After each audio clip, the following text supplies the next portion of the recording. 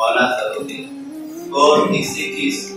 یعنی زکوٰۃ کس کو دی جائے، اس کے بعد انشاءاللہ تعالی بیان کیا جائے گا، اس لیے کہ یہ بھی معلوم ہونا ہمیں ضروری ہے کہ زکوٰۃ کس کو دیا جائے۔ اگر یہ نہ معلوم ہو تو ہماری زکوٰۃ ہی نہیں ادا ہوگی۔ یعنی اگر کوئی شخص مالک نصاب ہے، اس کے باوجود ہم اسے زکوٰۃ دیتے ہیں اپنی، تو ہماری زکوٰۃ بھی قبول نہیں ہوگی، ہم ہی گنہگار ہوں گے اور لینے والا بھی گنہگار ہوگا۔ تو اس لیے ضروری ہے کہ اس کے متعلق جان لیں کہ کس کو زکوٰۃ دی جائے۔ تو قرآن پاک میں اللہ تبارک و تعالیٰ نے 7 ایسے لوگوں کا ذکر فرمایا کہ جنہیں زکوٰۃ دیا جا سکتا ہے اور انہیں زکوٰۃ دی جائے گی تو ہماری زکوٰۃ قبول ہوگی۔ سب سے پہلے اللہ رب العزت نے جو فرمایا اس آیت کریمہ کا ترجمہ سماعت فرمانے، اللہ رب العزت فرماتا ہے زکوٰۃ تو انہی لوگوں کے لیے ہے جو مومن نادار اور جو اسے تحصیل کر کے لائیں اور جن کے دلوں کو اسلام سے الفت دی جائے اور گردنیں چھڑانے میں اور قرض داروں کو اور اللہ اور مسافر کو یہ ٹھہرا ہوا ہے اللہ کی، یہ ٹھہرا ہوا ہے اللہ کا، اور اللہ علم و حکمت والا ہے۔ تو یہ زکوٰۃ کی مقررات کن کو دی جائے، تو یہ 7 لوگ ہیں جن کا ذکر اللہ رب العزت نے قرآن پاک میں بالترتیب فرمایا۔ تو انہی لوگوں کو زکوٰۃ دیا جاتا ہے، زکوٰۃ قبول ہوگی اور یہ دینے سے ہمیں ثواب بھی ملے گا۔ یعنی فقیر ہو، مسکین ہو یا عامل ہو، رقاب ہو، غارب، فی سبیل اللہ، ابن السبیل، یہ 7 چیزیں ہیں جن کی تعریف ہم اس ترتیب سماعت فرمائیں گے۔ سب سے پہلے تو فقیر وہ شخص ہے جس کے پاس کچھ ہو مگر پہنچ جائے۔ فقیر کسے کہتے ہیں؟ فقیر وہ شخص ہے کہ جس کے پاس کچھ تو ہو، یعنی یوں کہ اس کی زندگی گزر جاتی ہے لیکن اس کے پاس اتنا پیسہ نہیں ہے کہ وہ مالک نصاب ہو، اور اتنا پیسہ نہیں ہے کہ وہ نصاب تک پہنچ جائے،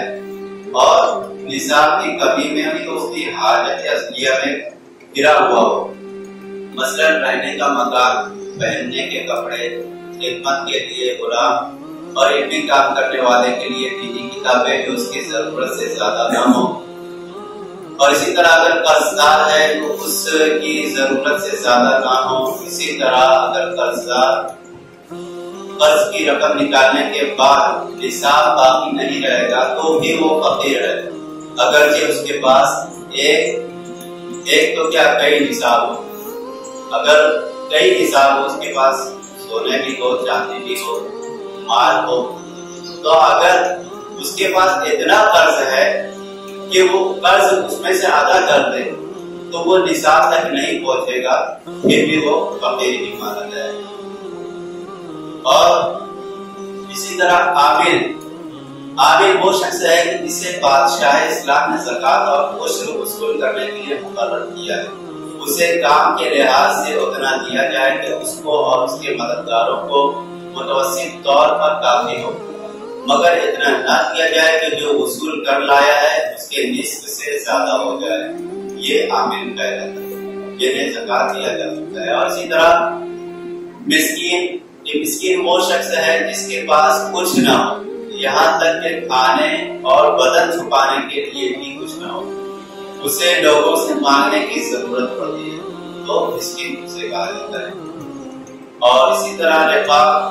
رقاب سے مراد مکاتب غلام کو دینا، یہ زکوٰۃ کے اس مال سے کتابت کی متعینہ رقم ادا کر کے غلامی سے آزادی حاصل کر لی تو غلاموں کی بات کرنا۔ آج کے دور میں تو غلام ہے نہیں کوئی، یہ تو اس کے مطابق جو ہے ضروری نہیں۔ اور اسی طرح غائب سے مراد قرض دار ہے، یعنی جو بہت قرض میں ڈوبا ہوا ہے، ہمیں معلوم ہے کہ اس کے پاس یہ بہت زیادہ مقروض ہے، اسے بہت زیادہ جو ہے قرض ادا کرنا ہے، تو اگر ہمیں معلوم ہو جائے تو ہم اسے بھی زکات دے سکتے ہیں تاکہ وہ اپنا قرض جلد سے جلد ادا کرے۔ اور اس طرح فی سبیل اللہ یعنی راہ خدا میں خرچ کرنا، اس کی چند صورتیں ہیں۔ مثلا کوئی شخص محتاج ہے، جہاد میں جانا چاہتا ہے، سواری اور زیادہ راہ اس کے پاس نہیں، تو اسے زکات کا مال دے سکتے ہیں کہ یہ راہ خدا میں دینا ہے، اگرچہ وہ کمانے پر قادر ہے۔ اور کوئی حج کے لیے جانا چاہتا ہے اور اس کے پاس مال نہیں، تو اسے بھی زکات دے سکتے ہیں، مگر اسے حج کے لیے سوال کرنا جائز نہیں ہے۔ اور اس طرح کوئی طالب علم دین کا علم پڑھنا چاہتا ہے یا پڑھانا چاہتا ہے، اسے بھی دے سکتے ہیں کہ یہ بھی راہ خدا میں دینا ہے۔ بلکہ طالب علم سوال کر کے بھی مال زکات لے سکتا ہے، جبکہ اس نے اپنے آپ کو اسی کام کے لیے فارغ کر رکھا ہے۔ یعنی اگر کوئی شخص علم تو حاصل کرتا ہے، علم حاصل کرنے کے ساتھ ساتھ وہ کوئی کاروبار بھی کرتا ہے، تجارت کرتا ہے، تو اسے زکات نہیں دے سکتے، اس لیے کہ وہ اپنا گزارا تو اس کاروبار کے ذریعے کر سکتا ہے۔ لیکن اگر کوئی شخص، کوئی طالب علم ایسا ہے کہ وہ صرف اور صرف علم دین حاصل کرنے کے لیے چلا گیا اور اس کو دنیا و ما فیہا سے کچھ تعلق نہیں، صرف اور صرف علم دین حاصل کرتا ہے، تو اسے زکات دے سکتے ہیں۔ اور اگر وہ زکات کا سوال کرے، زکات مانگے کسی سے، تب بھی اس کے معاملے میں کچھ حرج نہیں، اسے زکات دے سکتے ہیں۔ اور اسی طرح ہر نیک بات میں زکات صرف کرنا فی سبیل اللہ ہے، یعنی اللہ کی راہ میں خرچ کرنا ہے، جبکہ بطور تبلیغ ہو، یعنی جسے دیا جا رہا ہے اسے مالک بنا دیا جائے، اس لیے کہ تبلیغ کے بغیر زکات ادا نہیں ہوتی۔ زکات کہتے ہی اسے ہیں کہ جس میں کسی فقیر کو، کسی نادار کو، جس کے پاس مال نہ ہو، اسے مالک بنا دینا اپنے اس مال کا، اسے زکات کہتے ہیں۔ اگر کوئی شخص اپنے مال کا یا کوئی چیز اسے دے رہا ہے زکات کے طور پر، اسے مالک نہ بنائے تو اس کی زکات ادا نہیں ہوگی۔ مثلا کوئی شخص جو ہے بہت بڑی دعوت کرتا ہے اپنے اس زکات کے مال سے، اور اس میں غربا اور فقراء کو کھلاتا ہے، ہزاروں لاکھوں کی تعداد میں ہی اگرچہ وہ کیوں نہ کھلاتے،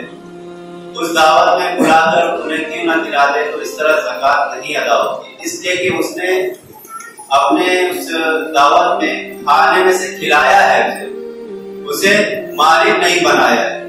تو اس طرح اگر وہ کرے گا، کتنے ہی فقیروں کو کھلا دے، وہ زکات اس کی اس طرح سے ادا نہیں ہوتی۔ اور اگر وہ یہ کرے کہ غلہ یا کھانا وغیرہ پیک کرا دے، اور اگر اسے لے کر جا کے اسے دے دے، پیک کرا کے لے جا کر اسے دے دے، تو اس طرح وہ مالک بنا، اسے وہ اس کا مالک ہو گیا۔ وہ جو چاہے کرے، چاہے تو کھا لے یا کسی اپنے گھر لے جا کر کھا لے یا کہیں بھی کھا لے، تو اس طرح وہ مالک بن جائے گا۔ اور اگر اپنے گھر بلا کر کوئی اسے کھلائے، کتنے ہی لوگوں کو کھلائے، تو اس طرح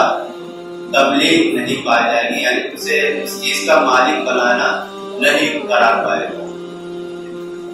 اور اس طرح بہت سے لوگ مال زکات اسلامی مدارس میں بیچتے ہیں یا کسی اور تنظیم میں، ٹرسٹ میں دیتے ہیں۔ آج کل تو بہت سارے جو ہے واٹس ایپ پر، فیس بک پر جو ہے لوگ اس کا ایڈورٹائز کرتے ہیں۔ تو ہم جب بھی کسی کو دیں، مدارس میں دیں یا کہیں بھی دیں، تو سب سے پہلے یہ ضروری ہے ہمارے لیے کہ جو کوئی بھی وصول کر رہا ہے یا ہم جسے بھی دے رہے ہیں، تو اسے یہ بتا دیں کہ یہ ہماری زکات کی رقم ہے، اور اس کے علاوہ جو صدقہ دے رہے ہیں یا کچھ بھی نفلی کام میں ہم دے رہے ہیں، تو ہم اس کا جو ہے اس کے بارے میں پوری تفصیل سے بتا دیں اسے کہ یہ صدقہ ہے یا زکات ہے، تاکہ اگر زکات ہے تو وہ اسے الگ کر لیں اور اس کے جو مستحقین ہیں ان تک اس مال کو پہنچا دیں. تو ہم جسے بھی دیں اسے اس سے آگاہ کر دیں کہ یہ زکات کا مال ہے یا صدقہ ہے وغیرہ. اور اسی طرح ابن السبیل کہتے ہیں مسافر کو کہ جس کے پاس مال ختم ہو گیا وہ بھی زکات دے سکتا ہے، اگرچہ اس کے گھر مال موجود ہو، مگر اسی قدر لے سکتا ہے جس سے حاجت پوری ہو جائے، زیادہ نہیں جا سکتی. مان لیجیے کوئی شخص مسافر ہے اپنے ملک سے، وہ یہاں پر یا کسی دوسرے ملک سے گاؤں سے آیا، سفر میں نکلا اور اس کے پاس زیادہ راہ اور مال پہ خرچ کرنے کے لیے جو ہوتے ہیں وہ ختم ہو گئے، یا آپ دیکھتے ہیں کہ کسی شخص کے پاس کوئی پیسہ تھا مگر وہ چوری ہو گئے، تو ہم اسے بھی دے سکتے ہیں. لیکن اگر ہم زکات کی رقم دے رہے ہیں تو اسی قدر دیں جتنے کی اسے حاجت ہو، اور جتنی رقم میں وہ اپنے ملک تک پہنچ جائے، اپنے گھر تک پہنچ جائے، اس کی حاجت سے زیادہ نہ دیں. اس لیے کہ کوئی شخص اگرچہ وہ مالدار، ہم اسے جو ہے اس زکات کی رقم دے سکتے ہیں اس مسافر کو. اور اسی طرح زکات کی رقم اپنی اصل یعنی اپنے ماں باپ، دادا دادی، نانا نانی وغیرہ جن کی اولاد میں یہ ہے، اور اپنی اولاد یعنی بیٹا بیٹی، پوتا پوتی، نواسا نواسی وغیرہ کو زکات نہیں دے سکتا. اسی طرح صدقہ فطر اور نذر و کفارہ بھی انہیں نہیں دے سکتا. صدقہ نفل دے سکتا ہے بلکہ بہتر، تو انہیں زکات اور فطرے کی رقم اپنے والدین کو، دادا دادی، نانا نانی یا نواسا نواسی، پوتا پوتی وغیرہ جو ہے انہیں نہیں دے سکتا ہے. البتہ بہو، داماد، سوتیلی ماں، سوتیلے بیٹے، زوجہ کی اولاد اور شوہر کی اولاد کو دینا جائز ہے. اور جن رشتہ داروں کا نفقہ اس کے ذمہ واجب ہے اسے بھی زکات دے سکتا ہے، جبکہ اسے نفقے میں شمار نہیں کرتا. اور اسی طرح جو ہے اگر اس کے ماں باپ محتاج ہوں اور وہ چاہے کہ کسی طرح انہیں دے دے زکات کی رقم، اور وہ کسی طرح معلوم کر لے کہ ہیلا وغیرہ کر کے اسے دیا جا سکتا ہے، تو بھی اس زکات کی رقم ہیلا کرنے کے بعد بھی اپنے والدین کو دینا مکروہ ہے. زکات کے علاوہ جو کچھ دینا چاہے وہ دے سکتا ہے. اور اسی طرح جو شخص مالک نصاب ہو اسے زکات دینا جائز نہیں، یعنی جیسا کہ ابھی بیان ہوا، جبکہ وہ چیزیں حاجت اصلیہ سے فارغ ہو، یعنی مکان، خانہ کے ساتھ سامان، پہننے کے کپڑے اور سواری کے جانور، ہتھیار، اور اس طرح اہل علم کے لیے کتابیں جو اس کے کام میں ہوں. اور ان چیزوں کے علاوہ وہ شرعی نصاب کے برابر مال رکھتا ہو تو اگرچہ ان پر سر نہ گزرا ہو اور اگرچہ وہ مال نہ بھی ہو، اسے زکات دینا جائز نہیں. یعنی جو مال کی نصاب ہے اسے زکات نہیں دے سکتے، اسے دینے سے ہماری زکات بھی ادا نہیں ہوتی، مقبول نہیں. اور اسی طرح اگر کوئی شخص سید ہے، یعنی بنی ہاشم کو جو سید گھرانے سے ہے، انہیں بھی زکات نہیں دے سکتے. ان کو زکات دینے سے ہماری زکات بھی ادا نہیں ہوگی، اس لیے کہ اللہ رب العزت نے انہیں، اس لیے کہ زکات کہتے ہیں اسی چیز کو کہ زکات یہ جو ہے ہمارے مال کو پاک ستھرا کر دیتا ہے، ہمارے مال کی میل کہلاتا ہے. زکات کہتے ہیں پاکیزی اور ستھرائی کو. تو زکات جو ہے ہم نکالتے ہیں اپنے مال سے، وہ ہمارے مال کو پاک ستھرا کر دیتا ہے. جو ہمارے مال کی میل اور کچیل ہوتی ہے تو اسے دور کرنے کے لیے ہم زکات ادا کرتے ہیں. تو یہ زکات ان کے میل وغیرہ ہوتی ہے، اور یہ ہم کسی کو دیں تو سید گھرانہ جو ہوتا ہے تو یہ بہت ہی جو ہے اشراف خاندان کے ہیں، یہ نبی پاک صلی اللہ علیہ وسلم کے خاندان سے ہیں. تو اللہ رب العزت نے انہیں اس مائل و کچیل سے پاک رکھا ہے، تو انہیں ہم اسی وجہ سے زکات نہیں دے سکتے. اسی طرح اگر کوئی شخص یہ کہے کہ ہمارے تعلق میں کوئی سید ہے لیکن وہ بہت ہی نادار ہے، غریب ہے، تو اگر وہ کسی طرح چاہے کہ اسے زکات دے دے تب بھی انہیں نہیں دے سکتا زکات۔ البتہ انہیں زکات دینا، انہیں جو ہے ان کی مدد کرنا ہی چاہتا ہے تو اپنے پاک مال سے کرے، زکات کی رقم انہیں نہ دے، اس لیے کہ زکات کی رقم انہیں دینا آتا ہے۔ اسی طرح زکات کی رقم ان لوگوں کو دینا بھی منع ہے جو کافر ہیں۔ زکات انہیں کو دے سکتے ہیں ہم جو مسلمان ہو، سنی صحیح العقیدہ ہو۔ بد مذہب کو زکات دینا جائز نہیں۔ جب بد مذہب کا یہ حکم ہے تو اس زمانے کے وہابی دیوبندی جو کہ خدا اور رسول کی شان گھٹاتے ہیں اور اسی طرح مواد اپنی کتابوں میں شائع کرتے ہیں جو خدا اور رسول کی شان کے خلاف ہے، وہ ان کتابوں میں بھی ان کے مطابق چھاپتے ہیں تو انہیں بھی نہیں دے سکتے، جن کو حرمین طیبین کے اکابر علماء نے بے اتفاق کافر و مرتد فرمایا ہے۔ اگرچہ وہ اپنے آپ کو مسلمان کہیں، انہیں زکات دینا حرام، سخت حرام ہے اور دی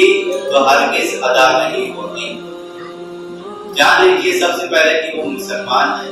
سنی صحیح العقیدہ ہے کہ نہیں، تو انہیں ہی زکات دیں۔ ان کے علاوہ اگر کسی بد مذہب کو دیا یا کسی غیر مسلم کو دیا، اگرچہ ہی وہ مریض ہو، ہمیں معلوم ہو جائے کہ وہ اسپتال میں جو ہے بھرتی ہے، ایڈمٹ ہے اور اسے سخت ضرورت ہے، لیکن اگر وہ کافر ہے تب تو ہم اسے مال زکات نہیں دے سکتے۔ البتہ ہمارے کوئی اگر بہت ہی گہرا تعلق ہے تو انہیں زکات کی رقم نہ دے بلکہ اپنے کچھ اور رقم دے، تو اس طرح ہماری زکات جو ہے اگر ہم اس طرح عمل کریں گے تو ہماری زکات ادا ہوگی، ورنہ اگر اس کے مستحقین کے علاوہ کو ہم دیں تو ہماری زکات نہیں ادا ہوگی۔ تو ہمیں چاہیے کہ ہم جب بھی زکات ادا کریں ان باتوں پر ضرور عمل کریں اور اپنی زکات کو صحیح طریقے سے اس کے مستحقین تک پہنچا دیں۔ کل انشاءاللہ تعالیٰ چونکہ 19 رمضان مبارک ہے تو کل انشاءاللہ تعالیٰ جو کہ اعتکاف کے مسائل، اعتکاف کے جو فضائل ہوتے ہیں ان پر کچھ گفتگو کریں گے۔ اللہ رب العزت کی بارگاہ